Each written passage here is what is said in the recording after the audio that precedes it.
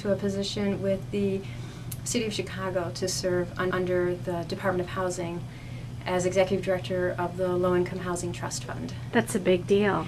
It's exciting. It's a tremendous opportunity, and it's an opportunity to try and help really basically very poor people get an apartment and try and stabilize their lives so that they can live, independently and take care of their families. What are you most proud of, would you say, in the last 21 years at the Rogers Park Community Council? Oh gosh, identifying really great people. What do you mean? Part of my job is reaching out to the community, and so it makes it a little easier when you're living in Rogers Park and working in Rogers Park to really get a chance to meet people from all over the place. To do is to reach out to people who are going to serve on our board and serve on the staff, and so and then to even develop programs when you meet people and to see what the needs are, to try and develop programs to meet those needs. And so a lot of my job, I was thinking about that today, is getting out there. And I haven't had as much time in the last couple of years because of administrative needs, but we get a chance to work with really great people. What do you feel like are still challenges that Rogers Park is facing right now?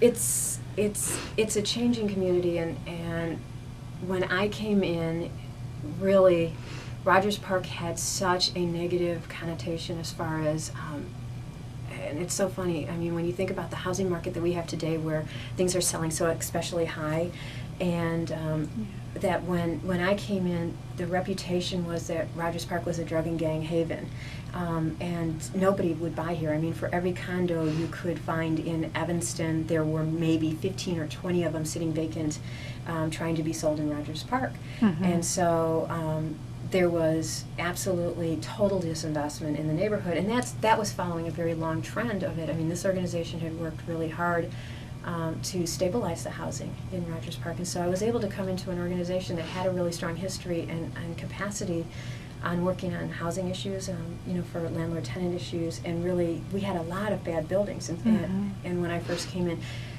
the community today is experiencing the other side of that, in that groups have gotten together, including the Rogers Park Builders Group, to really market the neighborhood and to improve the image so that it became a community of choice where people wanted to live here. I mean, before it was kind of a place where you went because you had no other choice.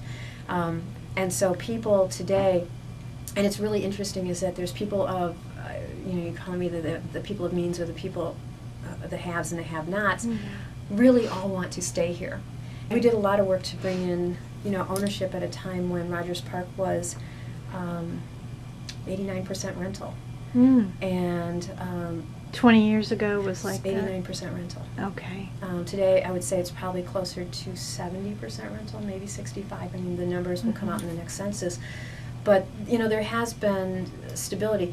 That change, though, from going from 89 to 70, I mean, seeing a 20% change has caused a lot of uneasiness.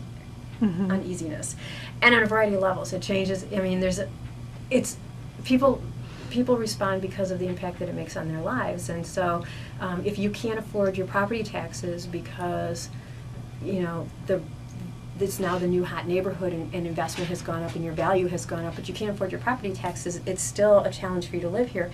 If you were renting here for years and either your condo has gone or your rental apartment has gone condo, or your rental apartment has now become so expensive and you can't live here, those are challenges that the neighborhood has to look at, and so I think that's a real issue.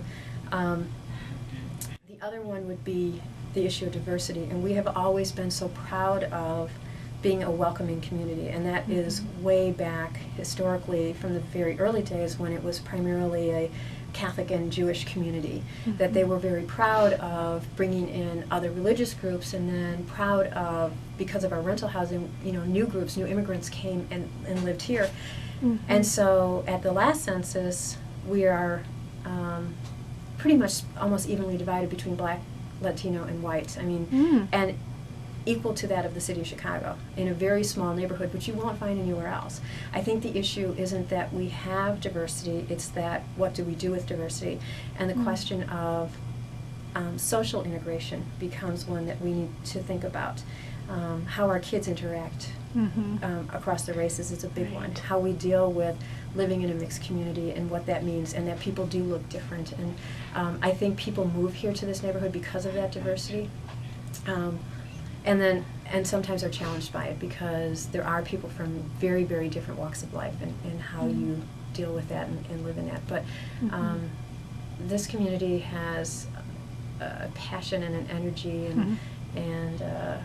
and a voice, and will come to terms with it. They always have. I mean, we've had a lot of challenges over the years. You've been a very strong voice for Rogers Park, strong advocate for the community here.